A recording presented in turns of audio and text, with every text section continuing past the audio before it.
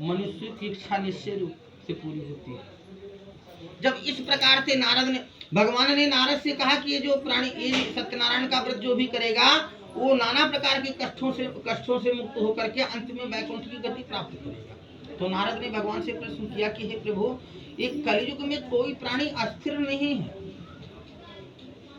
क्योंकि सुबह से लेकर के शाम तक वो माया में ही उलझा रहता है, और किसी के पास 4 घंटे का समय ना हो तो क्या वो आपका नाम स्मरण कैसे करेगा। तो बाबा तुलसी ने यहाँ पे बड़े भाव से कहा है कि एक घड़ी आधी में पुनियाद और तुलसी संगत साधि के तो कटे कोट के अपराध। यानी एक घड़ी कितनी मिनट की होती है? 15 मिनट की। घंटे में 4 घड़ी होती है। घंटा नहीं बोल रहा हूँ मैं, घड़ी बोल रहा हूँ। घंटे में 4 घड़ी होती है, एक घड़ी 15 मिनट की होती है। और एक घड़ी और आधी घड़ी कितनी मिनट की होती है? 7.5 मिनट की। और आधी में पुनियाद यानी 3.25 मिनट। 3.25 मिनट में आप इतना ही तो कर सकते हो ना कि भगवान को एक लोटा जल, एक अगरबत्ती दिखा करके मत्था टेक सकते हो। तो अगर आप मन से भाव से अगर आप एक अगरबत्ती, एक लोटा जल भी भगवान को अर्पण करते हो तो आपको 4 घंटे का जो कथा बैठ करके सुनोगे उसका फल आपको प्राप्त होगा। और उससे क्या होता है कि आधी में पुनियाद और तुलसी संगत साधु की तो कटन कोट के अपराध। यानी एक बार अगर मनुष्य भगवान की शरण में जाकर के एक अगरबत्ती भी लगा करके आते हो तो कोट, यानी कोटि का मतलब क्या होता है? करोड़, करोड़ों जन्मों के पाप नष्ट हो जाते हैं। इस प्रकार से भगवान ने कहा। अरे जो आप यहाँ पे चढ़ाए हो, जैसे चावल कहा गया, फल कहा गया, फूल कहा गया, रुपया कहा गया, पैसा कहा गया, ये सब सामग्री जो होती है खुले पैसे की तरह होती है। जैसे मैंने आपको 500 की नोट दे दी और 500 का मैं आपसे खुला ले लिया। अगर श्रद्धा पूर्वक एक फल भगवान को अर्पण करते हो तो उस फल के रूप में भगवान आपको बेटा प्राप्त कर देते हैं। अगर आप थोड़ा सा चावल अर्पण करते हो तो चावल के रूप में भगवान आपको चांदी प्राप्त कर देते हैं। अगर आप थोड़ी सी हल्दी अर्पण करते हो तो उस हल्दी के रूप में भगवान आपको सोना प्राप्त कर देते हैं। और ये जो माला जिन्हें हम फूल कहते हैं, अगर एक पुष्प भगवान को भाव से चढ़ाते हो तो उस फूल के बदले में भगवान आपको सुंदर काया प्राप्त कर देते हैं। यानी जो हमारे 3.5 हाथ की शरीर है, इस शरीर की जो काया होती है इस काया को दे देते हैं। लेकिन भगवान ने आपको सामग्री के बदले सामग्री दे दिया, लेकिन मोक्ष जिससे मिलती है भगवान ने आपको वो नहीं दिया। मोक्ष किससे मिलती है? मोक्ष भक्ति से मिलती है। और भक्ति किससे मिलती है? कि बिन संतोष न काम न साही काम अच्छा सुख सुख नहीं। मन में संतोष और संतुष्टि अगर नहीं है तो आप यहाँ पे चाहे 4 घंटा बैठे, 5 घंटा बैठे हो, या यहाँ पे आप कुछ भी चढ़ा दीजिए, वो सब चढ़ाना और बैठना व्यर्थ है। और अगर आपका मन जो है इस प्रकार से है कि निर्मल जन मन सो मोहि पावा, मोहि कपट छल छिद्र न भावा, आपका जो मन है वो गंगा के समान निर्मल और धरती के समान सरल है। धरती जितना सरल कोई नहीं है, क्योंकि इस पृथ्वी पे नाना प्रकार के धर्मात्मा और नाना प्रकार के अधर्मी जो पापी होते हैं वो भी घूमते रहते हैं। इस धरती पे पुण्य भी होता है और पाप भी होता है, लेकिन ये धरती इतनी सरल है कि ये पापी को भी शरण दे रखी है और जो धर्मात्मा होते हैं उनको भी शरण दे रखी है। और गंगा जो होती है, गंगा के अंदर पाप पुण्य पितृ देवताओं का सबका वास होता, साथ साथ में नारायण का भी वास वही होता है। तो जब इस प्रकार से अपने मन को रखोगे तब जाकर के भगवान नारायण की कथा का फल प्राप्त कर पाओगे, भक्ति पाओगे। विशेष करके इस कलयुग में इससे सरल उपाय और कोई नहीं माना गया है। इस श्री सत्यनारायण व्रत कथा प्रथमो अध्याय संपूर्ण श्री सत्यनारायण भगवान की।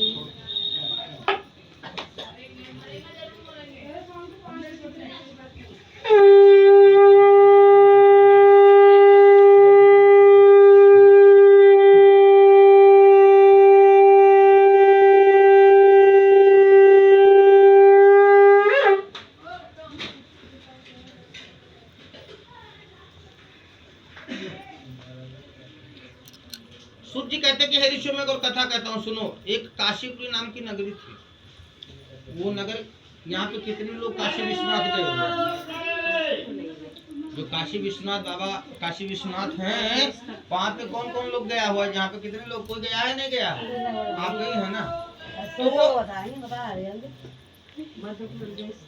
वो काशीपुरी नगरी जो है एक विचित्र नगर है, क्योंकि वो ना धरती पे है ना आसमान पे। नगर जो है ना वो धरती पे है ना आसमान में है, वो बाबा भोलेनाथ ने उसे अपने त्रिशूल पे टिका है। जो वो धरती, जो पूरी पृथ्वी, काशीपुरी नगरी की जो पृथ्वी है वो पूरी त्रिशूल पे टिकी हुई है। और उस पृथ्वी पे जो सबसे पहला ब्राह्मण था, उस ब्राह्मण का नाम शतानंद था। शतानंद जी ऐसे इंसान थे कि अगर एक दिन गांव में भिक्षा लेने के लिए नहीं जाए तो उस दिन उनके घर पे चूल्हा नहीं जलता था। और डेली गांव में से भिक्षा लेकर के आते थे। जो भिक्षा मांगने से धन प्राप्त होता था उसी से अपना और अपने परिवार का जीवन व्यतीत करते थे। लेकिन भगवान नारायण को शतानंद की चिंता हमेशा लगी रहती थी।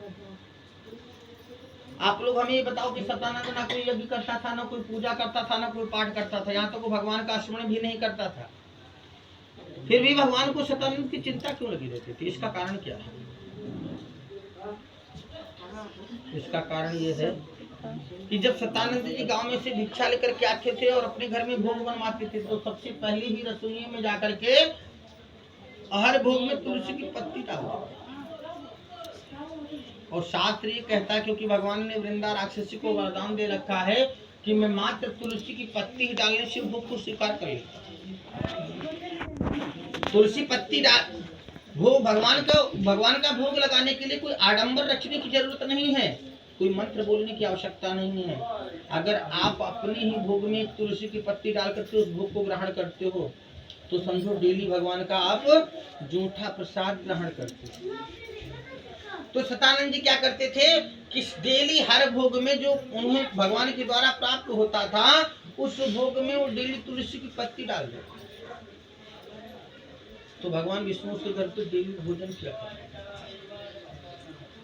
तो भगवान ने अपने मन में विचार किया कि ये निर्धन ब्राह्मण होकर के इसे भिक्षा मांगने से जो धन प्राप्त होता है वो सब कुछ लाता है, मुझे अर्पण कर देता है, और बाद में जो मेरा जूठा बचता है खुद खाता है और अपने परिवार को खिलाता है। तो इस कारण इसके दुख का निवारण करना जरूरी है। इसी कारण भगवान नारायण को शतानंद की चिंता लगी रहती है। जब अगले दिन शतानंद जी गांव में भिक्षा लेने के लिए गए तो भगवान ने क्या किया कि एक ब्राह्मण का रूप बना करके और शतानंद से जाकर के कहने लगे कि हे श्रेष्ठ ब्राह्मण, तुम डेली ही दुखी होकर पृथ्वी पर क्यों घूमते हो? हे ब्राह्मण देवता, यह सब मुझसे कहो, मैं सुनना चाहता हूँ। शतानंद जी कहने लगे कि हे प्रभु, मैं एक निर्धन ब्राह्मण हूँ, यानी दरिद्र ब्राह्मण, और भिक्षा के लिए पृथ्वी पर दर दर फिरता हूँ। अच्छी एक बात बताओ, ये जो ब्राह्मण होते हैं दलित क्यों होते हैं?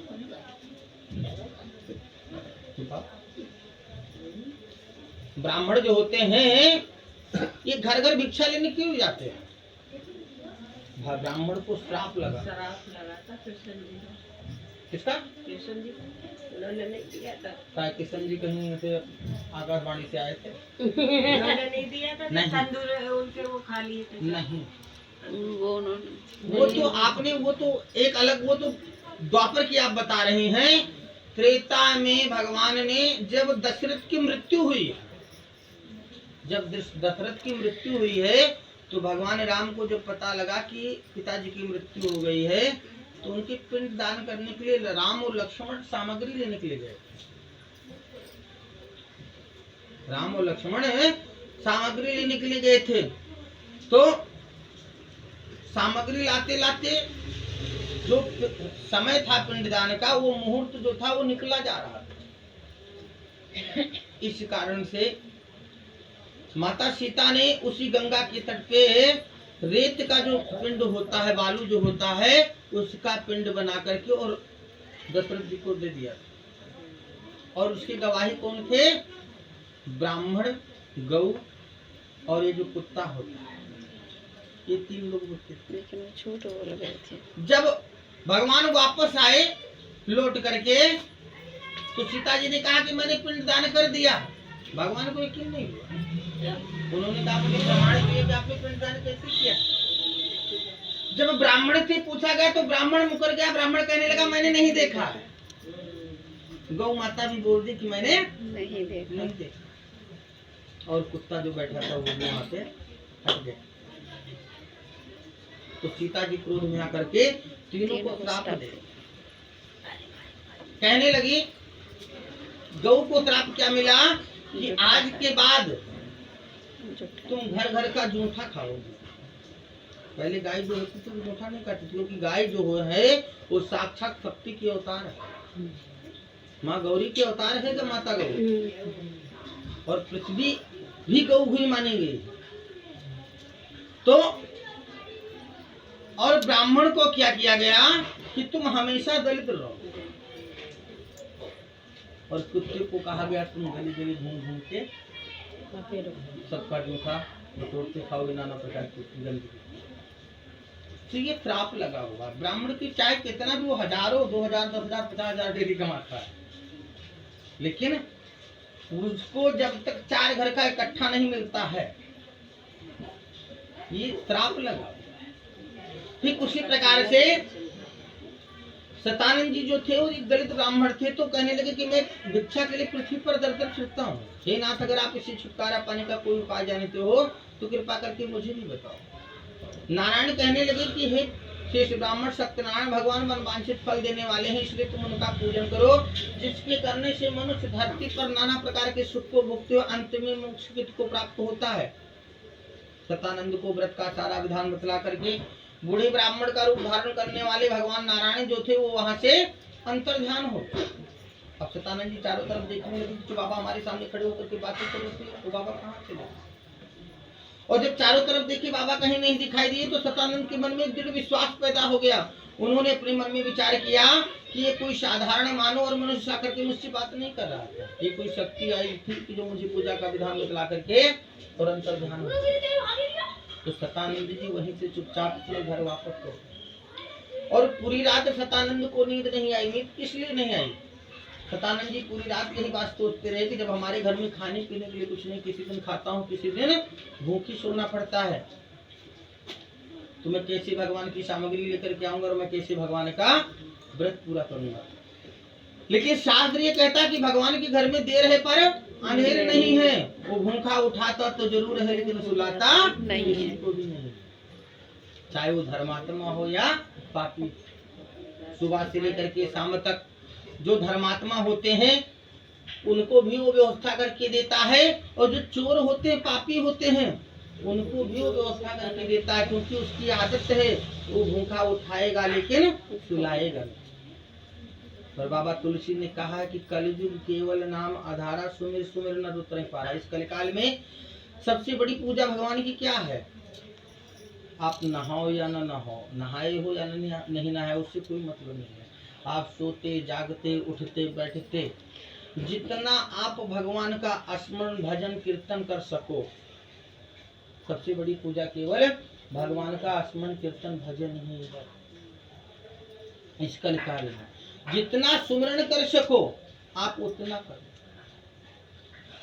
प्रातः काल होते ही सतानंद ने अपने मन में संकल्प लिया। वो संकल्प इस प्रकार का था कि आज गांव में जो भिक्षा मांगने से धन प्राप्त होगा मैं उसी से सत्यनारायण देव का उत्तम व्रत करूंगा। ऐसा मन में विचार करके सतानंद जी भिक्षा के लिए चले। तो भगवान की लीला देखो, जितना उन्हें डेली मिलता था, जब उस दिन भिक्षा लेने के लिए गए तो भगवान नारायण की कृपा से सतानंद को पहले से दुगुना और तिगुना धन प्राप्त। तो आप लोग भी जानते हो कि जहाँ लाभ है वहीं तो लालच पैदा होने लगती है, क्योंकि लाभ और लालच दोनों साथ ही चलते हैं। तो सतानंद को जब पहले से अधिक धन प्राप्त हो गया तो सतानंद का जो विश्वास था वो भगवान के प्रति और अटल हो गया, क्योंकि उन्होंने अपने मन में विचार किया कि मैंने मात्र भगवान का संकल्प लिया और मात्र संकल्प लेने से मुझे इतना धन प्राप्त हुआ। अगर इस व्रत को, इस कथा को मैं विधि पूर्वक कर ले जाऊंगा तो मैं सचमुच सुखी हो जाऊंगा। तो वहीं पे पास में बाजार था, उस बाजार से पक्की केले की फली, शक्कर, घी, दूध, दही, गेहूं का चूर्ण यानी भगवान नारायण की कुल सामग्रियों को लेकर के सतानंद जी अपने घर आए और अपने बंधु बांधवों के साथ बैठ करके भगवान नारायण का पूजन और व्रत करने लगे।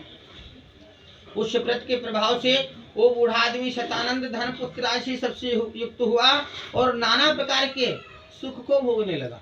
सतानंद के पास उनका एक मित्र था और डेली जंगल में जाता था, लकड़ियां काटता था, लकड़ियां काट करके शहर में बेचता था और जो लकड़ी बेचने से धन प्राप्त होता था उसी से अपना और अपने परिवार का जीवन व्यतीत करता था। लेकिन 2-4-6 महीने बीत गए थे कि सतानंद और लकड़हारे से मुलाकात नहीं हुई। तो एक दिन वो लकड़हारा जंगल में गया, लकड़ियां काटने लगा और उस लकड़हारे को अपने मित्र सतानंद की याद आ गई। तो सोचने लगा कि काफी दिन बीत गए, सतानंद से मुलाकात नहीं हुई है, तो आज हम चल करके उन्हीं के घर पे थोड़ा बहुत जलपान ग्रहण करेंगे और थोड़ी देर विश्राम करेंगे, फिर शाम के समय में लकड़ी बेचने के लिए शहर में जाएंगे। तो लकड़हारा लकड़ियां अपने सिर पर रख करके और सतानंद की मकान की तरफ चलता। तो जब पहले वहां पे जाता था तो क्या देखता था कि टूटी फूटी चारपाई, फटे पुराने कपड़े, टूटी फूटी झोपड़ी दिखता था, जैसे गांव में छप्पर होता है। लेकिन जब 4 महीने के बाद गया तो वहां पे क्या देख रहा कि झोपड़ी की जगह पे महल बना हुआ है, नौकर चाकर लगे हुए, लेकिन सतानंद जी घर में नहीं। तो जब ना झोपड़ी देखा ना सतानंद को देखा तो उस लकड़हारे के मन में नाना प्रकार की बातें उठने लगी। वो सोचने लगा कि यहाँ पे तो हमारे मित्र सतानंद की झोपड़ी रहा करती थी, इस झोपड़ी की जगह पे महल किसने बना दिया? कहीं ऐसा तो नहीं कि गांव वालों ने हमारे मित्र को धक्के मार करके गांव से निकाल दिया हो और झोपड़ी की जमीन को कब्जा कर लिया? क्योंकि इस कलयुग में कोई किसी को प्रणाम नहीं करता। ये जो हम राम राम भैया, राम राम चाचा, राम राम करते हैं, अब कोई करता नहीं। ये हम आपको नहीं करते हैं, ना आप हमें करते हो ना मैं आपको करता हूँ। मैं आपकी माया को प्रणाम करता हूँ, आप हमारी माया को। और जिस दिन से हमारे पास ये माया खत्म हो जाती है उसी दिन से जितने भी सगे संबंधी, भाई, रिश्तेदार, नातेदार जो भी कुछ होते हैं, यहाँ तक जिनकी हिम्मत नहीं पड़ती हमारे सामने बोलने के लिए, उनके भी मुंह में जबान आ जाती है। तो यहाँ तक ये शरीर जो होता है एक कपड़े की तरह होता है। ये जो शरीर जो है एक कपड़े की तरह होता है। कैसे? जैसे हम कोई नया वस्त्र खरीद लेकर के आते हैं, जब उसे पहनते हैं, उसे जब वो पुराना हो जाता है तो उसे उठा करके फेंक देते हैं। ठीक उसी प्रकार से ये शरीर जो होता है ये धीरे धीरे करके जब ये इसकी अवस्था डाउन होने लगती है, यानी ये बूढ़ा होने लगता है, तो ये जो शरीर है इस जीव का, ये आत्मा का कपड़ा है। क्योंकि जीव कभी मरता नहीं, ध्यान दीजिए। ईश्वर अंश जीव विनाश। जैसे हम भगवान नारायण को नहीं दिखते हैं, उसे क्या हम अपनी आत्मा को देख सकते हैं? जो हम जिससे हम चल रहे हैं, जिन्हें हम जीव कहते हैं, प्राण कहते हैं, क्या हम उन्हें उसे देख सकते हैं? नहीं देख सकते हैं। बच्चे का जब जन्म होता है तो उस बच्चे के अंदर क्या देखते हैं? केवल हम यही देखते हैं कि इसका हाथ, पैर, आंख, नाक, कान जो भी कुछ सही है कि नहीं है। यहाँ तक अगर वो 2 मिनट रोता नहीं तो उसे हम थप्पड़ मार करके रुलाने की भी कोशिश करते हैं, कहीं गूंगा तो नहीं जन्म ले लिया है। लेकिन और इसी 2 हाथ, 2 पैर, 2 शरीर, 2 आंख, जो तन है, इसी तन के पीछे हम 1000, 10,000, लाख, 2 लाख, 10 लाख जितनी माया पा जाएं उतना हम इकट्ठा करने के लिए तैयार रहते हैं। अगर हम 5 रुपए का लेकर के आए तो इसी तन को ढकने के लिए लाए, और 10,000 का लेकर के आए तो हम इसी तन में उसे डालते हैं। लेकिन ये बहुत गहराई की बात है, ध्यान दीजिएगा सब लोग। एक ईश्वर का ही अंश निकल जाने के बाद, एक ईश्वर का ही अंश निकल जाने के बाद जिस तन की हम इतना सेवा करते हैं, जिसे हम एक रिश्ता दे रखे कि मेरा बेटा है, मेरे पिता है, मेरे माता है, मेरे भाई है, ये रिश्ता यहाँ पे सब रिश्ता ही तो है। लेकिन एक ईश्वर का ही अंश निकल जाने के बाद ये जितने रिश्ते नाते जो भी कुछ होते हैं, यहाँ तक जिस शरीर से हमें इतना स्नेह, इतना प्रेम है, उस शरीर को हम अपने पास 2 घंटे नहीं रख सकते। क्यों? उसमें ईश्वर का अंश नहीं है। क्योंकि भगवान ने कहा है गीता में कि बिना मेरे इजाजत के एक पत्ता तक नहीं मिल सकता है। तो जब इस प्रकार से भाव को अपने मन हृदय में बसाओगे, क्यों?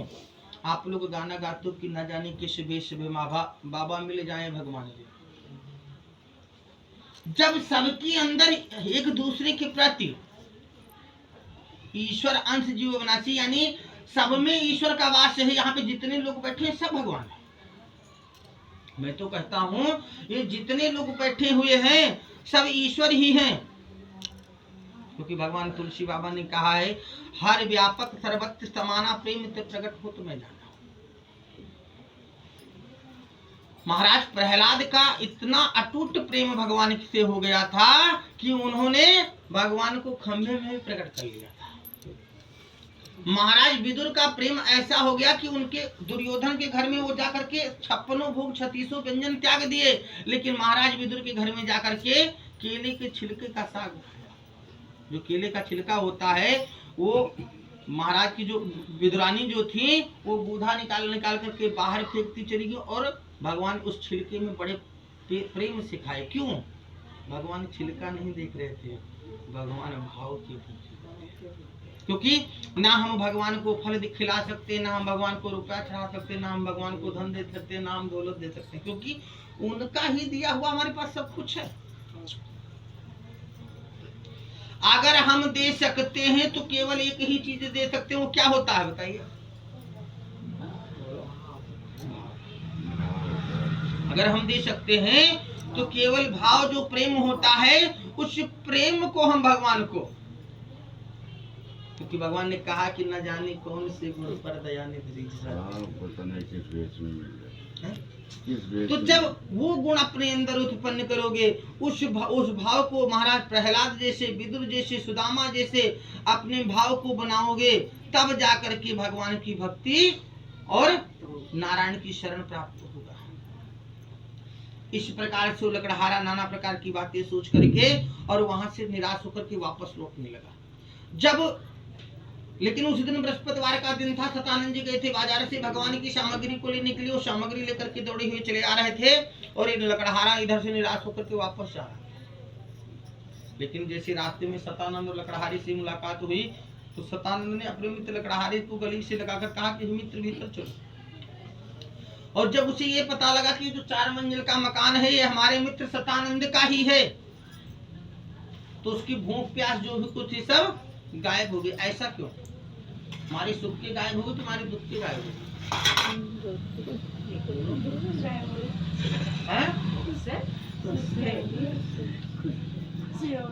हमारे दुख के गायब हो गई, क्योंकि उसके मन में लालच और ईर्ष्या पैदा हो गया। उस लकड़हारे के मन में लालच और ईर्ष्या पैदा हो गया। वो सोचने लगा कि बताओ, ये गली गली भीख मांगता फिरता रहता था, ये अचानक कितना धनवान कैसे हो? लेकिन जब मकान के भीतर पहुंचा तो क्या देख रहा कि सभा जुटी हुई है और भगवान सत्यनारायण की कथा हो रही है। जितनी देर तक कथा में बैठा था उतनी देर तक उसका मन कथा में नहीं लग रहा था, उसका मन उस मकान में लगा हुआ था। तो जो अभी चौपाई में आप लोगों को बताया है कि जो करी कष्ट जाए कोई जाते ही नहीं तो जुड़ाव। तो अब मैं आप लोगों से पूछता हूँ कि आपकी इस गली गली में, घर घर में सतानंद और लकड़हारा मौजूद है कि नहीं? अगर एक घर में 4 बेटे जन्म लेते हैं तो उसमें से एक सतानंद निकल जाते हैं, एक सतानंद निकलता और 3 लकड़हारे निकल जाते। यहाँ तक वो बेटे क्या करते हैं कि माँ बाप के धन जा जाती तो बंटवारा करते ही हैं, साथ साथ में माँ बाप को भी बांट देते हैं। एक तुम रख लो, एक तुम रख लो। तो कहाँ सत्य रह गई? सत्यनारायण कथा कौन सुनता है? तो गली गली में, घर घर में सतानंद और लकड़हारा मौजूद है। मैं तो माता रानी कभी हमारे अंदर घमंड ना लेकर के आए। मैं इस प्रकार से कथा बोलता हूँ कि जितने भी यहाँ पे प्राणी जो अनभिज्ञ इंसान है, जिन्हें कुछ भी नहीं आता जाता, अगर वो भी दिल से बैठ करके श्रवण करें। मैं चाहता हूँ कि अगर एक शब्द में बोलूं और अगर मैं कुछ पूछने लगूं तो उसका तुरंत वो पलट करके जवाब दे दें। इससे जानते क्या होता है? इससे आत्मा प्रसन्न होती है, तृप्त होती है आत्मा की। हाँ, आप लोगों के दिमाग में बातें घुस रही है, तभी दिल खुश होता है। तो जब इस प्रकार से तो धीरे धीरे करके कथा संपन्न हुई। प्रसाद वितरण का नंबर आया, लकड़हारे के हाथ में आटे की पंजीरी और दही का चढ़ना में पहुंचा। तो जैसे प्रसाद खाने के बाद लकड़हारे ने अपने मित्र लकड़हारे सतानंद से कहता है कि हे भाई, तुम हर काम छोड़ करके सबसे पहले मुझे ये बताओ कि तुम्हें इतना धन कहाँ से प्राप्त हुआ है। तो जिस प्रकार से भगवान ने सतानंद को बताया था, ठीक उसी प्रकार से सतानंद ने अपने मित्र लकड़हारे से बताया। आप लोग हमें बताओ कि सतानंद के मन में लालच क्यों उत्पन्न नहीं हुई। यहाँ पे देखते हो कि इस कलिकाल में देखते हो कि जो लोग साइकिल पे चलते हैं, थोड़ी देर के लिए साइकिल पे चलते हैं, और भगवान नारायण की कृपा से उनके पास मोटरसाइकिल है। किसके पास कैसे? तो जो उनका हाव भाव होता है, जैसे साइकिल से वो मोटरसाइकिल पे पहुंचते हैं, उनका भाव जो होता है, हाव भाव जो होता है, वो चेंज होने लगता है। क्यों चेंज होने लगता है? क्योंकि उनके मन में घमंड और अहंकार धीरे धीरे आने लगता है। सतानंद के मन में अहंकार, घमंड, लालच क्यों उत्पन्न नहीं हुआ? उसका भी कारण है, क्योंकि सतानंद जी अपना बीता हुआ कल नहीं भूले थे। जो दरिद्र थे वो, उन्हें इतना धन प्राप्त होने के बाद भी वो अपने आप को दरिद्र ही मानते, क्योंकि वो अपना बीता हुआ कल नहीं भूले थे। और शास्त्र ये कहता है कि धन पाए बोराए और धन खोए बोराए, यानी अगर इंसान के पास अधिक धन हो जाता है तो पागल हो जाता है, अगर कुछ भी धन नहीं रह जाता है तब भी वो पागल हो जाता है, जैसे मदिरा पान कर रखा है। यहाँ पे भगवान ने कहा कि साईं इतना दीजिए जामे कुटुंब समाए, साईं इतना दीजिए जामे कुटुंब समाए, और मैं भी भूखा न रहूं, साथी न भूखा। तो जिस प्रकार से सतानंद को भगवान ने बताया था, ठीक उसी प्रकार से सतानंद ने अपने मित्र लकड़हारे को बताया, और जो संकल्प सतानंद ने लिया था, ठीक उसी प्रकार से उस लकड़हारे ने भी अपने मन में संकल्प लिया कि आज गांव में लकड़ी बेचने से जो धन प्राप्त होगा, मैं उसी से सत्यनारायण देव का उत्तम व्रत करूंगा। ऐसा मन में विचार करके वो बूढ़ा आदमी लकड़ियां अपने सिर पर रख करके जिस नगर में धनवान लोग रहते थे, ऐसे सुंदर नगर में गया। वहां पर उसे उन लकड़ियों का दाम पहले से चौगुना प्राप्त हुआ। तब वह बूढ़ा लकड़हारा दाम लेकर के अप्रसन्न होकर के पक्की केले की फली, शक्कर, घी, दूध, दही, गेहूं का चूर्ण, यानी भगवान नारायण की कुल सामग्रियों को लेकर के वो अपने घर आया। फिर अपने बंधु बांधवों के साथ बैठ करके भगवान सत्यनारायण का पूजन और व्रत किया। उस व्रत के प्रभाव से वो बूढ़ा लकड़हारा धन पुत्र राशि सबसे युक्त हुआ और संसार के समस्त सुख होकर के वैकुंठ धाम को चला गया। इसी सत्यनारायण व्रत था 2वां अध्याय संपूर्ण बोलिए श्री सत्यनारायण भगवान की जय। अच्छा 5 बजे में जल्दी बोलूंगा, ठीक है? क्योंकि कथा में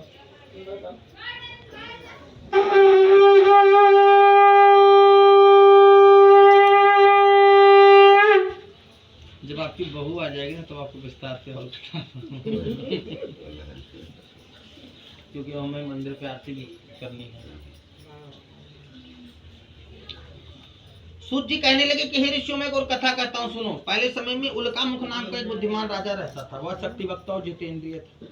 प्रतिदिन देवस्थानों पर जाता था, गरीबों को धन देकर के उनके कष्ट दूर करता था। उसकी जो पत्नी थी वो कमल के समान मुख वाली और सती थी। भद्राशाली नदी के तट पर राजा उल्कामुख अपने परिवार सहित जाकर के भगवान नारायण की पूजन और व्रत करने लगा। तो उस समय वहां उसी नदी में से एक साधु नामक वैश्य निकला। जब उस साधु वैश्य ने राजा उल्कामुख को व्रत करते हुए देखा तो अपनी नाव को नदी के किनारे लगा करके और राजा के समीप जाकर के कहने लगा कि हे राजन, भक्ति युक्त चिंतन से आप क्या करो, यानी इतने तन मन धन से किसकी पूजा करो और इसके करने से क्या फल प्राप्त होता है, कृपा करके मुझे भी बताओ। राजा उल्कामुख कहने लगे कि हे साधु, भगवान नारायण की कृपा से मेरे पास राजपाट, धन दौलत सब कुछ, लेकिन मैं अपने पितृ से उद्धार नहीं, यानी मेरे घर में कोई संतान नहीं। भगवान नारायण की कृपा से शादी विवाह सब कुछ संपन्न हो जाए और अगर घर में कुल न चले तो आप चाहे जितना दान कर लो, चाहे जितना तीर्थ कर लो, आपके ऊपर से पिता का कर्जा नहीं उतरता। बेटे के ऊपर से पिता का कर्जा जब उतरता है, जब उसके अंश से कोई अंश जन्म ले, तब जाकर के बेटे के ऊपर से पिता का कर्जा उतरता है, क्योंकि जो पोता होता है वो बाबा का ही अवतार माना गया है।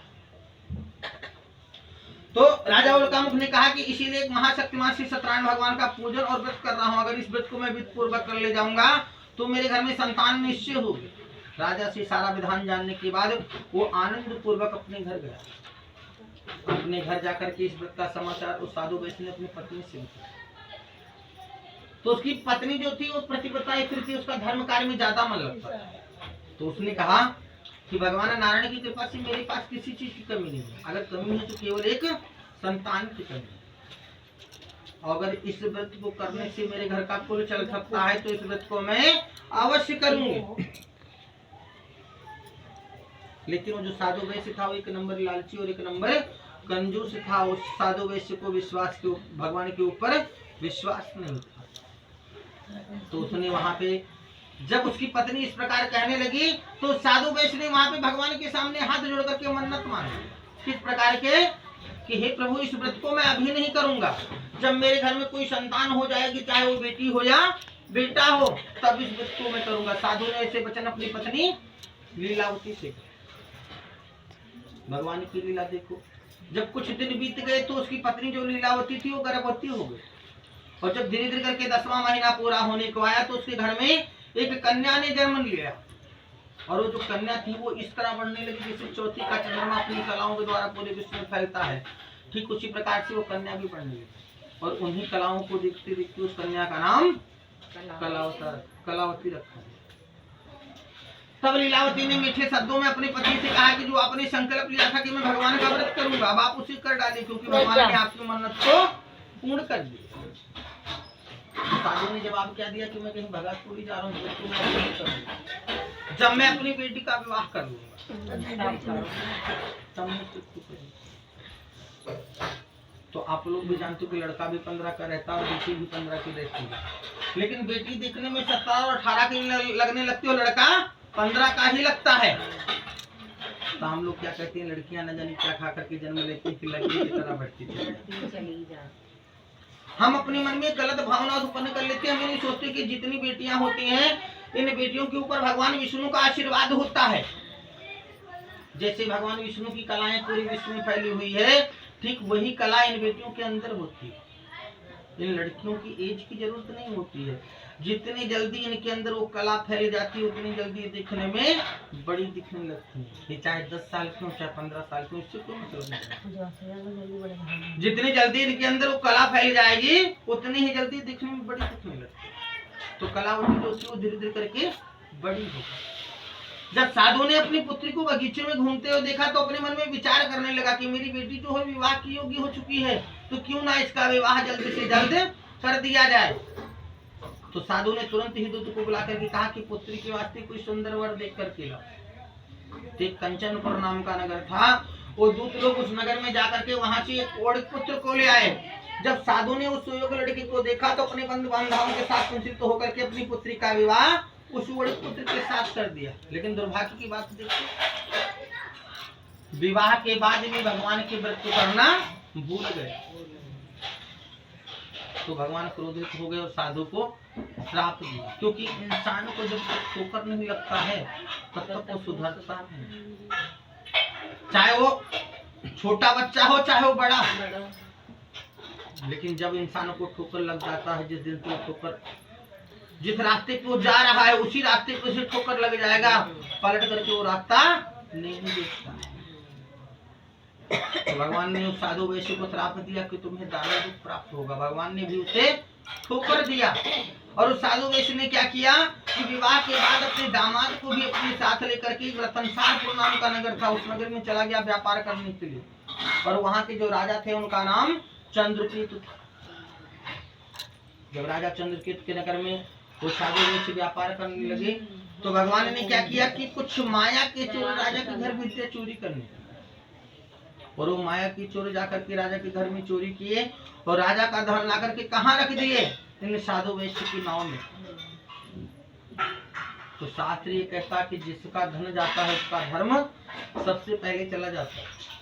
अभी आप ही लोग यहाँ पे बैठे हो, आपका चाहे कोई भी सामान हो, मोबाइल, रुपया, पैसा, कुछ भी हो, बेशक आप ही कहीं रख करके भूल गए हो और अचानक याद आने के बाद उसे ढूंढने लग जाओ और ना मिले, कि जो मन होता है, मन बड़ा चंचल होता है, ये एक दूसरे के ऊपर सिद्ध करने लगता है।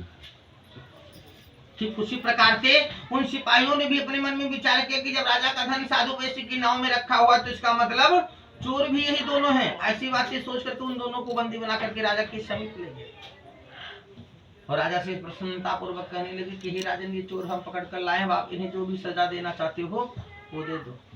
राजा की आज्ञा से उनको कठोर कारावास में डाल दिया गया। उनके पास जो भी धन था वो राजा चंद्रकेतु ने छीन लिया। और इधर भगवान सत्यनारायण की प्राप्ति द्वारा उसकी जो पत्नी थी घर पे लीलावती और कलावती, उसके घर पे ऐसा हो गया कि न खाने के लिए अन्न है, न पीने के लिए पानी है। तो अन्न की चिंता में कलावती ब्राह्मण के घर जाती है।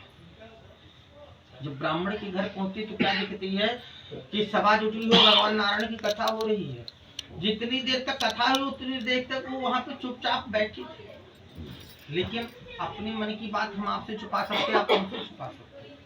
आप हमारे बारे में क्या सही क्या गलत सोच रहे हो मैं नहीं जानता, या मैं आपके बारे में सही गलत सोच रहा हूँ आगे आप नहीं जानते।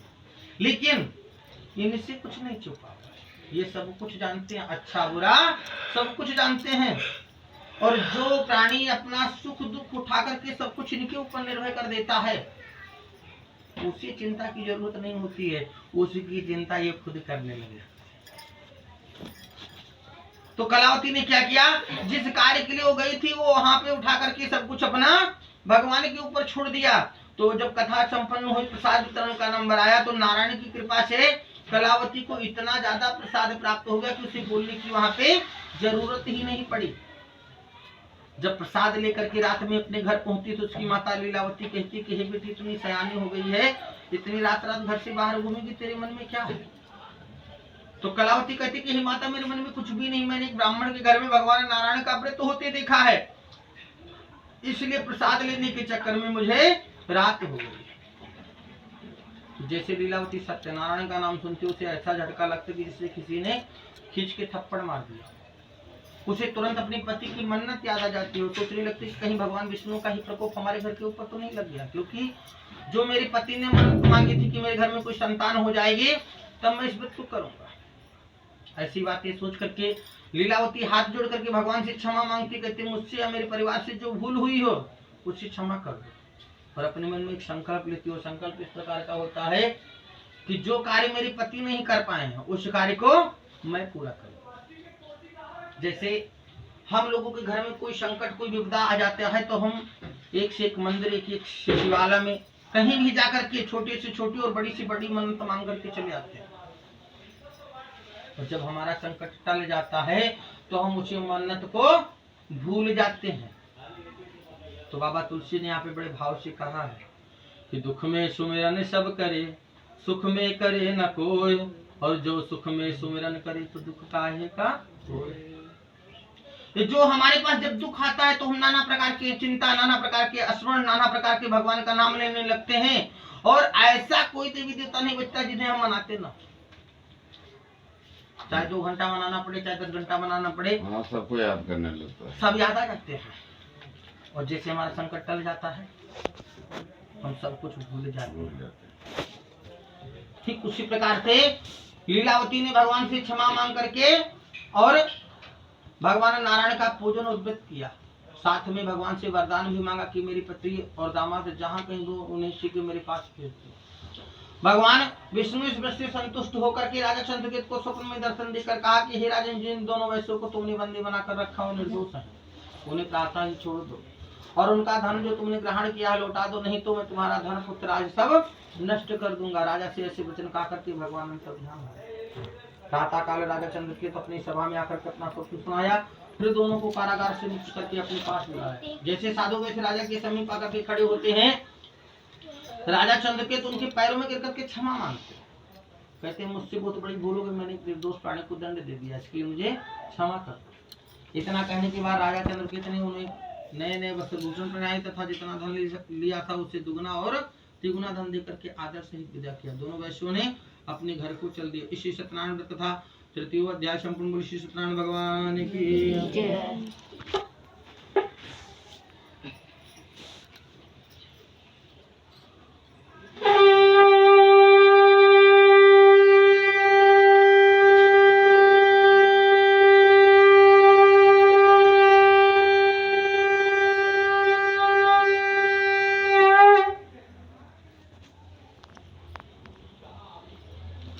सूर्य कहते कि हे ऋषियों, जब वो साधु वैश्य उसी नदी के तट पर जब दोबारा पहुंची तो भगवान ने क्या किया कि ब्राह्मण का रूप बनाकर के साधु वैश्य से जाकर के पूछते कि हे साधु, तेरी नाव में क्या है?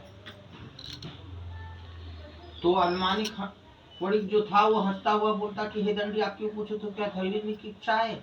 मेरी नाव में बेल और पत्ते भरे हुए हैं। और नाव में क्या भरा हुआ था? जो राजा चंद्रकेतु ने दिया था, सोना चांदी पन्ना पुखराज और शर्फियां भरी हुई थी। लेकिन साधु वेश ने भगवान विष्णु से क्या कहा कि मेरी नाव में बेल और पत्ते भरे हुए हैं। तो भगवान ने कहा कि तुम्हारा वचन सत्य हो, यानी जो तुमने कहा है वही नाव में हो जाए। लेकिन भगवान बड़े दयालु होते, क्योंकि 1000 नाम है भगवान के। 1000 नाम में से एक नाम उनका ये भी है जिससे वो भक्त वत्सल भी कहे जाते हैं। और यहाँ पे बाबा तुलसी ने कहा है कि प्रबल प्रेम के पाले पढ़कर प्रभु का नियम बदलते थे, और अपना मान रहे न रहे पर भक्त का मान न करते। अगर दिल में सच्ची लगन है, सच्चा भाव है, तो भगवान ये भूल जाते हैं कि मैं भगवान। वो पीछे पीछे भगवान के पीछे खुद नहीं जाना पड़ता है। अगर आपके अंदर शक्ति है, भक्ति है, तो आप भगवान के पीछे आप नहीं जाते, आपके पीछे भगवान दौड़ते हैं। जब इस प्रकार से, तो वो साधु जब भगवान ऐसा कर करके कुछ दूर जाकर के वृक्ष के नीचे बैठ जाते हैं, और वो साधु वैसे जो अपना कर्म कर रहा था उसे पूरा करने के बाद जब अपनी नाव पर आकर के देखता है, तो क्या देख रहा है कि नाव में धन की जगह बेल पत्ते भरे हुए हैं। और जैसे वो बेल पत्ता देखता है, वो मूर्छित होकर के जमीन पर गिर जाता है। जब कुछ देर बाद उसे होश आता है, तो तरह तरह का चिंता, तरह तरह का शोक प्रकट करने लगता। तो उसका दामाद कहता है कि चिंता और शोक करने से काम नहीं बनेगा। मुझे तो लगता है कि जो दंडी बाबा आए थे उन्हीं का क्राप हो, जब तक हम उनकी शरण में नहीं जाएंगे तब तक हमारी मनोकामना पूरी नहीं। फिर वो साधु वैश्य दामाद की वचन सुन करके अपने मन में अनंत भक्ति भाव प्रकट करके और भगवान नारायण से जाकर के कहने लगा कि हे प्रभु, मैंने जो असत्य वचन आपसे कहे थे उसे क्षमा कर दो। भगवान कहते हैं, अरे मूर्ख, मेरे ही कारण तुझे बार बार दुख प्राप्त हो रहा है, तो मेरी ही पूजा से भग रहा है। तो हाथ जोड़ करके नमस्कार करके कहता कि हे प्रभु, आपके रूप को तो ब्रह्मा भी नहीं जानते, कब कौन सा रूप आप धारण करते हो ये बात भगवान ब्रह्मा को भी नहीं पता है। तो मैं तो एक अज्ञानी मूर्ख बालक हूँ, मैं आपके इस रूप को कैसे जान सकता हूँ? हे नाथ, आप प्रसन्न होइए, मैं अपने सामर्थ्य के अनुसार आपकी पूजा करूंगा और मेरी रक्षा करो, और पहले के समान नाव में धन भर दो। तो बाबा तुलसी ने यहाँ पे बड़े भाव से कहा है कि सन्मुख हो ये जीव मोह जब ही, और जन्म कोटि अघनाश है तब ही। मनुष्य कितना भी पापी होगा, अगर एक बार भगवान की शरण में सच्चे मन से जाता है तो करोड़ों जन्मों की पाप नष्ट हो जाते। यहाँ तक किसी पूर्व जन्म में अगर गौ हत्या का भी पाप लग रखा हो, तो भगवान की शरण में जाने से गौ हत्या का भी पाप नष्ट हो जाए। तो भगवान ने उसकी इच्छा अनुसार वर देकर के वहां से अंतर ध्यान हो। फिर वो साधु वैश्य आकर के देखता कि नाव पहले की तरह धन से भरपूर है। तो यहाँ पे बाबा तुलसी ने कहा है कि बिना विचारे जो करे सो पाछे पछताए, काम बिगाड़ो अपनो जग में हो। जो लोग बिना सोचे समझे कदम उठाते हैं उन्हें अंत में क्या होता है? पछताना पड़ता है। इस कारण से शास्त्रीय कहता है कि अगर आप कोई अच्छा कार्य करें तो अपना ही काम बना रहे हो, अपने ही परिवार को संतुष्ट रख रहे हो, और अपना ही धन संचय करके रख रहे हो, और वाहवाही पूरी गली कर रही है कि भैया जैसा लड़का कोई नहीं। अगर आप कोई गलत कार्य करते हो तो अपने आप को नष्ट कर रहे हो, अपने ही परिवार को नष्ट कर रहे हो। किसी के घर में डाका डालने नहीं जा रहे, अपना ही धन, अपना ही परिवार और अपने आप को बेकार करते चले जा रहे। लेकिन जो गली वाले आपकी वाहवाही करते थे, वही गली वाले आपके मुंह पे थूकने चले आएंगे कि मारो इसके जैसा कुपंथी कोई नहीं है। तो बोलने से पहले कम से कम 10 बार सोच लेना चाहिए इसका कदम। अगर मैं कुछ बोलने जा रहा हूँ तो कहीं ऐसा नहीं कि हमें आगे चल के पछताना। जब ऐसी विचार उस साधु वैश्य के मन में उत्पन्न हो जाती है तो उसी नदी के तट पर उसको अपनी गलती का पश्चाताप हो जाता है, और वो भगवान नारायण का उसी नदी के तट पर व्रत करता है। उसके बाद अपने नगर के लिए प्रस्थान करता है। जब अपने नगर के निकट पहुंचता है तब साधु को दूत को घर भेजता है, और वो दूत साधु के घर जाकर के उसकी पत्नी को नमस्कार करके कहते हैं कि साधु अपने दामाद सहित इस नगर के समीप आ गए।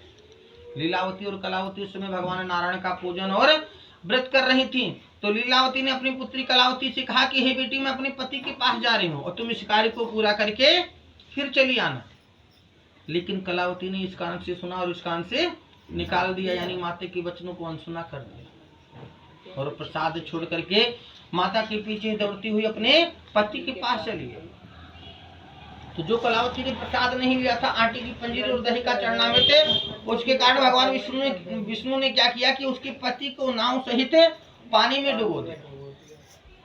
जब कलावती गंगा के तट पहुंचती और अपने पति को नहीं देखती तो उसके मन में नाना प्रकार की बातें उठने लगती है। वो सोचती है कि जब मेरा पति ही जीवित नहीं तो मैं जी करके क्या करूंगी, लाओ मैं भी इस गंगा में कूद करके अपना प्राण त्याग देती हूँ। लेकिन जब वो गंगा में कूदने चलती है तो उसकी बात याद आ जाती है। वो सोचती है कि अगर ऐसे खाली हाथ इस नदी में मैं कूद जाऊंगी तो मुझे आत्महत्या का पाप लग जाएगा और ये दुनिया मेरे बारे में ना जाने क्या क्या सोचेगी। इसलिए मेरे पति का जो खड़ाऊं है वो मेरे घर पे रखा हुआ है और अगर उस खड़ाऊं को लेकर मैं इस नदी में कूदूंगी तो मैं सती कहलाऊंगी। कलावती जैसे खड़ाऊं को लेने के लिए घर वापस लौटती है तो भगवान विष्णु आकाशवाणी के द्वारा बताते हैं कि कहते हैं कि हे साधु, तेरी क्या नाम मेरा प्रसाद छोड़कर आई, इसलिए इसका पति इसे दिखाई नहीं देगा। अगर घर जाकर के प्रसाद खाकर वापस आए तो इसे पति अवश्य मिलेगा। फिर ऐसी आकाशवाणी सुनकर के कलावती ने घर पहुंचकर प्रसाद खाया, फिर आकर के पति के दर्शन किए। तत्पश्चात साधु ने विधिपूर्वक सत्यदेव भगवान का पूजन और व्रत किया।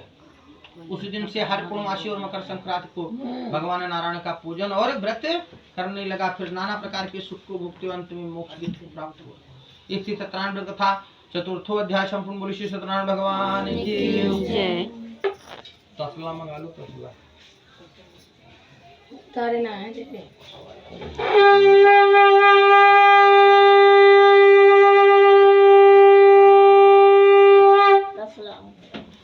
उतारे हैं पीछे थोड़ा मट्टी डाल ले।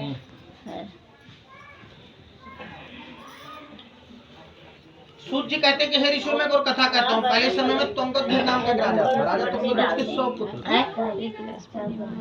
और उनकी आदत थी कि वो डेली जंगल में जाते थे शिकार करने। एक दिन राजा अपने घोड़े की सवार होकर के जंगल में गए शिकार करने।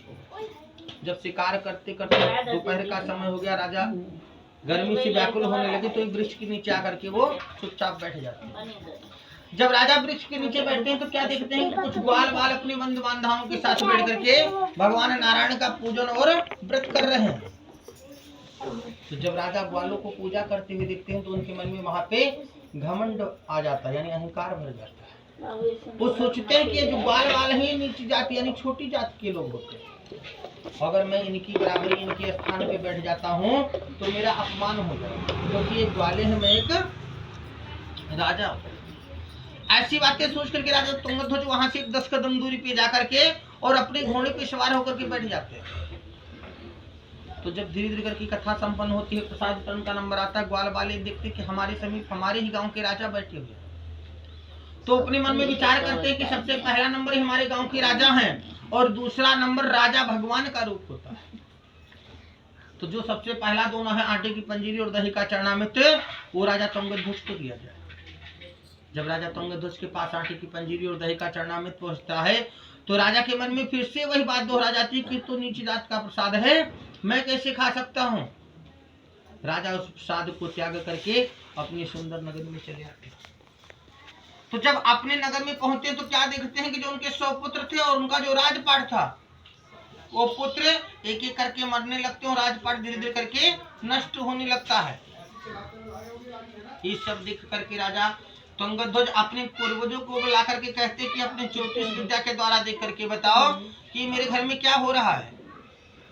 वो ज्योतिषी आता है और अपनी ज्योतिष विद्या के द्वारा देख करके बताता है। वो कहता है कि हे राजन, तुमसे जरूर कोई पाप हुआ, लेकिन राजा तुम याद नहीं करते। तो ज्योतिषी कहता कि हे राजन, तुम याद करो, तुमसे जरूर कोई घोर पाप हुआ है। तब राजा तुंगध्वज को याद आता है। वो कहते हैं कि हाँ, मैं जंगल से लौट रहा था और ग्वालों के हाथों से आटे की पंजीरी और दही का चरणामृत नहीं लिया था।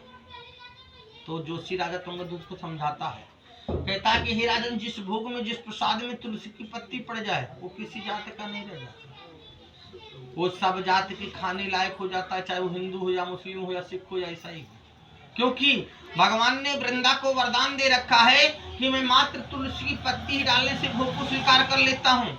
तो तुमने इस प्रसाद का अपमान नहीं किया, इसे ठोकर मार करके साक्षात नारायण यानी भगवान विष्णु का अपमान किए। जो भी प्राणी अपने ही भोग में, जो आप लोग घर में डेली भोग बनाते हो, दाल चावल रोटी सब्जी ठीक उसी प्रकार से कोई सा भी भोग बनाते हो, अगर उस भोग में एक तुलसी की पत्ती डाल करके उस भोग को ग्रहण करते हो तो समझो आप डेली भगवान का जूठा प्रसाद ग्रहण करते हो। और उससे क्या होता है कि जहाँ सुमति तहाँ संपत्ति नाना और जहाँ कुमति तहाँ विपत्ति निधाना। तुलसी की पत्ती डाल करके अगर उस भोग को ग्रहण करते हो तो एक किस्म से आप डेली भगवान का जूठा प्रसाद ग्रहण करते हो। और जब डेली भगवान का प्रसाद ग्रहण करने लगोगे तो ये मन जो होता है मन अस्थिर होने लगता है धीरे धीरे करके। और जब मन अस्थिर क्यों होता है? क्योंकि सत्य यानी नारायण का धीरे धीरे मन के अंदर वास होने लगता है। जो ये नाना प्रकार के मन में सवाल उठते हैं, नाना प्रकार के बवाल होते हैं, ये सब धीरे धीरे करके खत्म होने लगता है। इसलिए तुलसी की पत्ती से आपके घर से कभी सुमति और संपत्ति हट नहीं सकती है और घर में कभी कुमति और विपत्ति का वास नहीं हो सकता।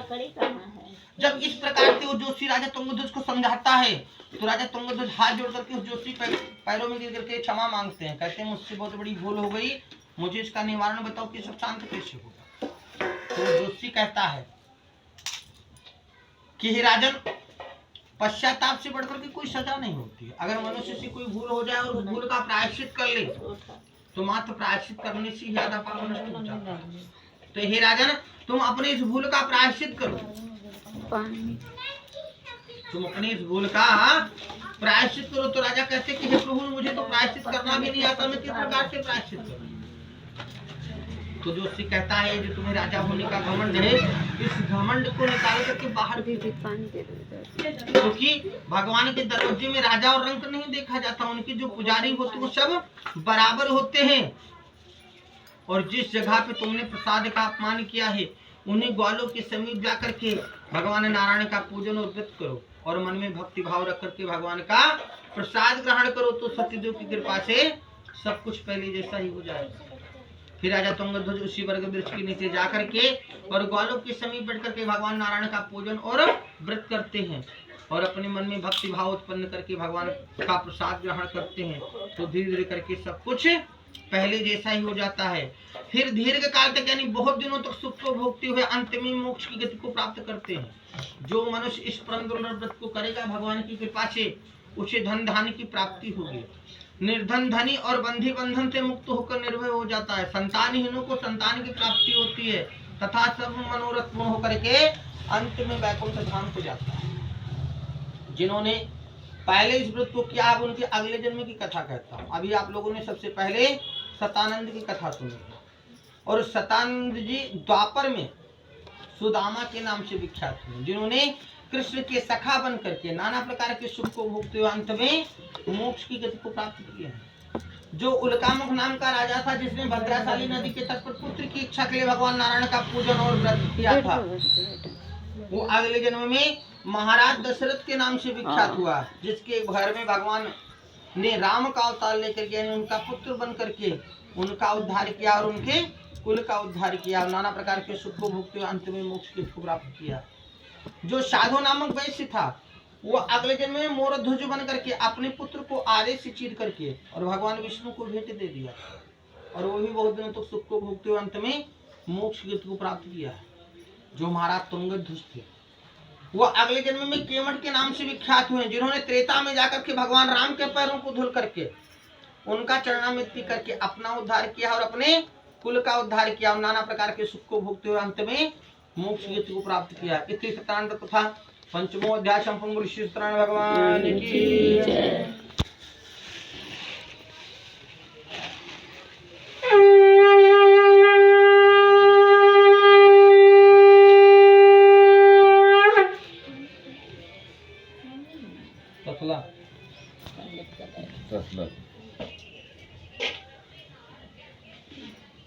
ईंट ऊंट बा ईंट बा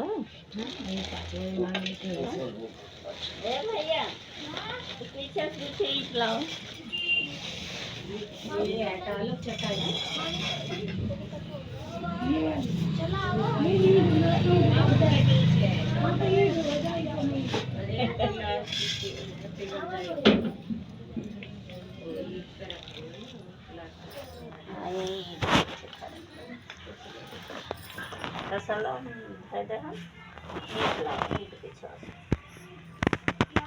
तो कैसे ऊपर से उतार देना बगल ये हुए ले ले पिछवा अरे पिछवा ना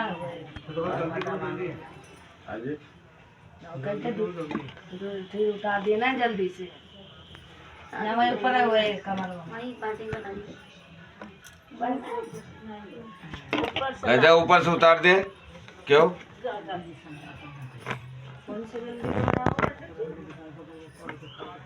मंगल बाजार बाला चौक के आगे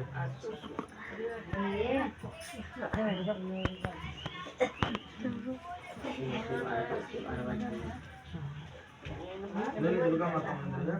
श्री राम टेंट हाउस अगर आप लोग जानते होंगे, ये इस रोड पे क्या बतख फार्म वाले हाँ बतख फार्म जो पप्पू आगे किराना जो स्टोर है, पीपल का मंदिर है पप्पू किराना अरे स्टोर नूरी है। मस्जिद के आगे हुए हाँ वो वही रोड नूरी है। मस्जिद के नूरी मस्जिद जो है उससे पहले ही मंदिर पड़ जाता है। पहले मंदिर हाँ राम जी का है जलाओ फटाफट जलाओ, लेट हो रहा है मुझे। का नाम बाटा कपूरिया प्रिय धरावा लावत बदू ठीठ तो कपूर कहाँ है? अब जहाँ हुआ है आप कपूर बताओ मंगाया पन्नी में देना ना नहीं हम तो परचवा नहीं ए लेके बच्ची। कपूर का जाएंगे। हैं? देखा लेके आओ कपूरी जा मंदिर वाले में